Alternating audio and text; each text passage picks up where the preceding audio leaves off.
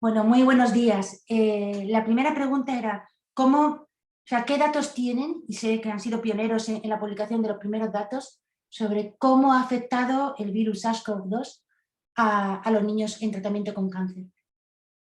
Pues mira, nosotros cuando comenzó la pandemia en el primer trimestre del año 20, pues a los oncólogos pediatras que tratábamos niños que eran inmunodeprimidos, bien porque tenían una patología de base o porque recibían un tratamiento inmunosupresor, como puedes entender, nos preocupó mucho y nos pareció que inicialmente iba a ser una población que iba a ser especialmente maltratada. Pero, y esto nos llevó a intentar recoger y conocer qué es lo que ocurría en el epicentro de la pandemia, como fue Madrid, durante los meses de marzo, abril, mayo. Y una de las primeras conclusiones que vimos es que el número de pacientes que tenían cáncer y que habían sido atendidos en hospitales de la Comunidad de Madrid, cáncer pediátrico obviamente, pues fue escaso. No fueron más allá de 16 pacientes. Los que teniendo cáncer tuvieron COVID. Y todavía nos sorprendió más que la gran mayoría de los niños tuvo un curso bastante indolente. Es decir, para nada tenían la gravedad que tenían en aquel momento los pacientes adultos, y desde luego los pacientes adultos con cáncer no tenían parangón. Estos enfermos pasaban la evolución de la enfermedad de una manera mucho más favorable. Y esto nos sorprendió en el sentido de que nosotros desde el principio, y muchas de las guías hacían pensar que, claro, la patología en los niños inmunodeprimidos, como es el caso de los niños oncológicos, probablemente lo pasarían peor.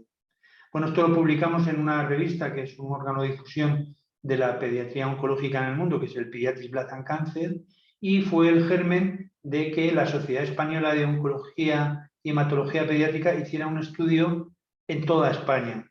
Y este fue un estudio más posterior, que pareció a últimos se extendió hasta el tercer trimestre del año 20. Pero los resultados fueron muy parecidos.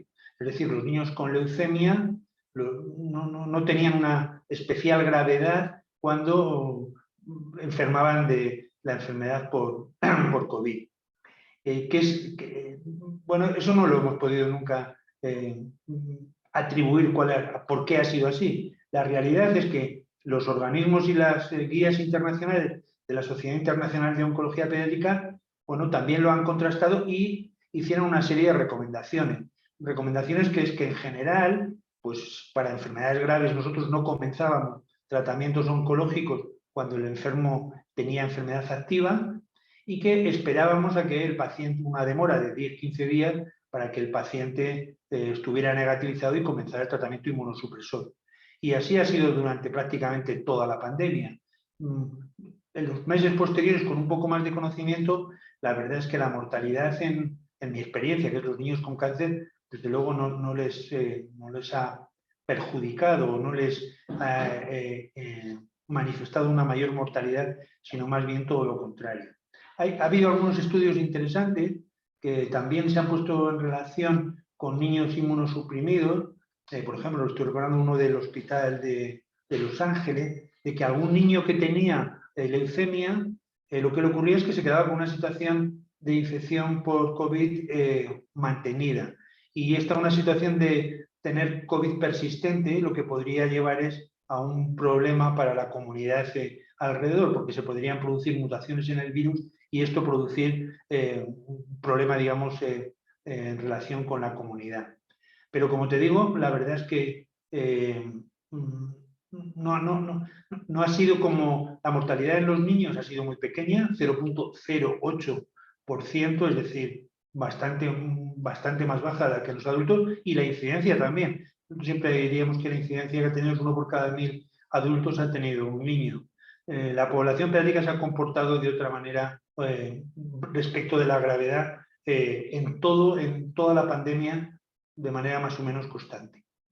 Doctor, y me comenta que no hay todavía una explicación de por qué no tiene especial afectación el virus en niños que están inmunodeprimidos. Una explicación, digamos, real no te puedo decir. O sea, te puedo dar argumentaciones que se han hecho en el niño en general, no en el niño inmunodeprimido.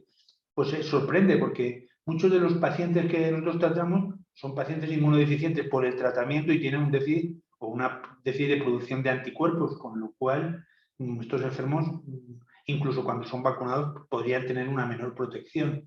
Y si no, también algunas de las enfermedades más graves, como es la leucemia, con tratamientos muy prolongados y profundos, producen también una disminución o una alteración en las células NK y en los linfocitos T, lo cual podría llevar a que tuvieran una mayor gravedad. Pero ya, como te digo, no ha sido así. Muy bien, y ahora también estamos hablando de la aparición de síntomas de COVID persistente. Personas que han pasado la infección, incluso ha habido casos, bueno, se están documentando los mismos casos, que esa infección no ha provocado una patología seria y sin embargo aparecen síntomas de un COVID persistente. ¿Han visto o tienen estudios o datos de que se puedan producir eso también en niños en tratamiento por cáncer? Yo creo que sí. O sea, de hecho, yo recuerdo haber leído una publicación de un hospital en Los Ángeles en que algún paciente que tenía leucemia, nuestra patología, había tenido una situación persistente de la enfermedad, que no le había tanto repercutido para él, sino que era un enfermo que tenía, que era persistentemente infectante y que no le producía ninguna repercusión importante sobre él mismo, pero que sí, lo que hacía es que tenía una mayor índice de posibilidad, o alguno de ellos, el germen se produjo alguna mutación y el germen, el COVID, al tener alguna mutación, pueden producir la posibilidad de que a la comunidad tenga una infectividad mayor. Eso es la experiencia que yo conozco en oncología pediátrica. Me imagino que con toda la precaución ante la situación, los niños en tratamiento por cáncer sí que han estado especialmente Yo creo protegidos. que desde el principio no conocíamos cuáles eran las medidas, digamos, terapéuticas o qué podemos hacer por ello, pero todas las medidas de aislamiento, distanciamiento social, estos niños se multiplicaron. Se les comentaba a los padres, ellos ya aprendieron y todas las medidas, las mismas medidas que hacíamos para la población general, se hacía para la población de inmunodeprimidos pediátricos con mayor. Incluso esto ha podido ser el germen para algo que yo creo que tiene bastante interés o que tiene interés, aunque no en todos los lugares se ha podido poner en marcha, y es que en los niños que tenían cáncer y que no estaban en tratamiento con enfermedad grave o muy grave activa, es decir, estaban en tratamientos con mantenimiento, pues intentamos desarrollar unos mecanismos de telemedicina, por decirlo de alguna manera, un poco pedestres muchas veces, pero ha sido el germen para intentar hacer una situación de asistencia domiciliaria oncológica, que yo creo que tendrá un papel muy importante en los próximos años, porque es factible.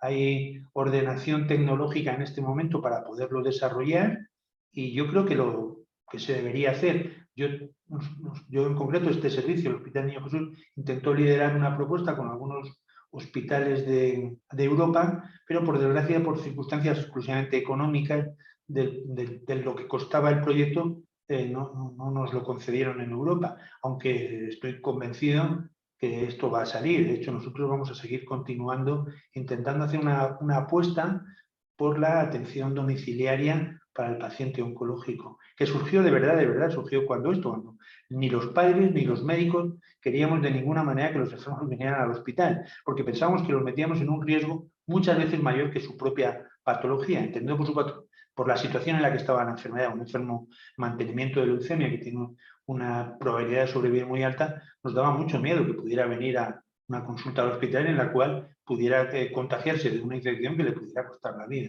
En ese sentido, esto que te cuento de la atención domiciliaria, yo creo que es un germen que viene de aquí, Muy o que bien. por lo menos nos lo ha visto de que lo podríamos desarrollar.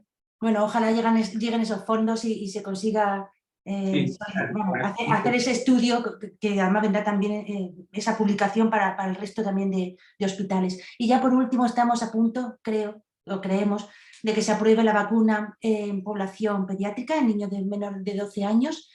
¿Cómo va a afectar eso a los niños ahora mismo en tratamiento? Tengo que decirte, y perdona que antes de la pregunta te conteste con otra cosa. Nosotros desde hace ya tiempo, pues ya tiempo, no exactamente cuándo comenzó, pero todos los pacientes, nosotros en servicio de pediatría nuestro, ve también adolescentes, incluso adultos jóvenes, y llegamos hasta los 22, 21 años. en muchas patologías, sarcomas, tumores cerebrales, y esto comenzó hace ya unos meses, y desde los 12 hasta los 19 años hemos estado vacunando a los niños y nosotros no hemos tenido ninguna complicación con ninguno de los pacientes. Comparando, hablando con ellos, porque no tenemos unos datos como para que te lo pueda decir, pues los adolescentes, los chavales más mayores, como han tenido lo mismo que hemos tenido nosotros. También como muchas veces los adultos manifiestan más sus problemas que lo manifiesta un adolescente, pues a ellos les dolía un poco menos el pinchazo o tenían menos malestar. Yo no haría ningún comentario de ellos, sino haría lo que ellos expresaban. Y yo creo que con los niños va a ocurrir lo mismo, pero todavía más que con los adolescentes. La vacunación en niños, pues yo creo que debe estar a punto. Los estudios de Pfizer con la vacuna de Pfizer, que es la que se va a utilizar probablemente en niños, sino la vacuna de AstraZeneca, o sea, las vacunas de mRNA, Pfizer o Moderna. Yo creo que se ha presentado la Agencia Europea del Medicamento. Una vez que se apruebe en la agencia, pasarán a la Agencia Española y al Ministerio de Sanidad, y el Ministerio de Sanidad se pondrá de acuerdo con las comunidades autónomas para poderla distribuir. Dicho todo eso, yo creo que como pediatra y como para enfermos inmunodeprimidos, siempre hay que moverse en el riesgo-beneficio. El riesgo se ha demostrado que en algunos casos de pericarditis o de miocarditis en vacunación en adolescentes han sido excepcionales, no han repercutido y la seguridad de la vacuna es completa. Y en la vacunación en los niños es probable que haya que hacer un aumento de la pedagogía, ¿no? Porque los padres a lo mejor son menos proclives a vacunar a sus hijos de lo que fueron con ellos mismos. Afortunadamente, y esto ya te digo yo, en todo el mundo se ha ido vacunando con arreglo a criterios de riesgo, a personas que más riesgo tenían, a personas por encima de 70 años, y fueron los primeros en ser vacunados. Y luego la edad, que ha sido, y junto con patologías de base como deprimidos, son las que de alguna manera han llevado a que a estas personas se les vacune más precozmente. Y los niños, por todo lo que hemos ido contando, mortalidades muy pequeñas, pues van a ser los últimos. Yo creo que se deben vacunar, y desde luego en un país desarrollado como el nuestro. Yo entiendo que haya otros lugares del mundo en el que no haya tanto acceso de vacuna y a lo mejor en lugares, no sé, podría tener un cambio sociosanitario, ¿no? Diferente. Y yo creo que los niños, en cuanto se haga el trámite, digamos, de las comunidades autónomas, empezarán a vacunar. Y yo también entiendo que un niño deje ir al colegio no es irrelevante, que contagie a sus padres tampoco es irrelevante, que tenga que tener medidas de distanciamiento social no es irrelevante. O sea, son ventajas, además de la propia enfermedad, que hacen que yo creo que la vacunación en nuestro país, bien explicada, no ocurrirá como ocurrió en Estados Unidos. En el principio, en el primer trimestre, que hubo mucha gente que fue muy escéptica en la vacunación de los niños. Yo creo que aquí el terreno será un poco más abonado, aunque desde luego creo que habrá que hacer alguna pedagogía. Y también hay una recomendación, un comentario, igual que el resto de las vacunas, del calendario vacunal de las comunidades autónomas de nuestro país, tampoco podrán ser obligatorias, tendrán que ser voluntarias. Eso sí, parece que los padres son los que tienen la voluntad de poder desarrollar este punto. Bueno, lógicamente vacunarán ustedes a sus pacientes, a los niños más pequeños, una vez que se apruebe la vacuna. ¿Cambiará un poco la dinámica del día a día de estos niños o no?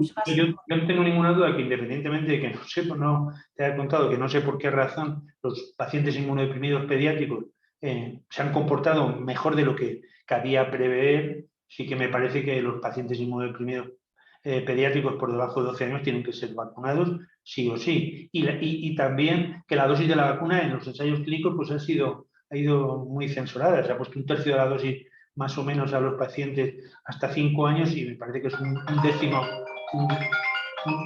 un décimo de la dosis de adultos a los pacientes por debajo de 5 años. Vale, yo que estoy convencido que la vacunación al niño inmunodeprimido hay que hacerla y se va a hacer. Muy bien. Pues muchísimas gracias, doctor, que tenga muy buen día hoy en el hospital y gracias por atenderme. Muchas gracias.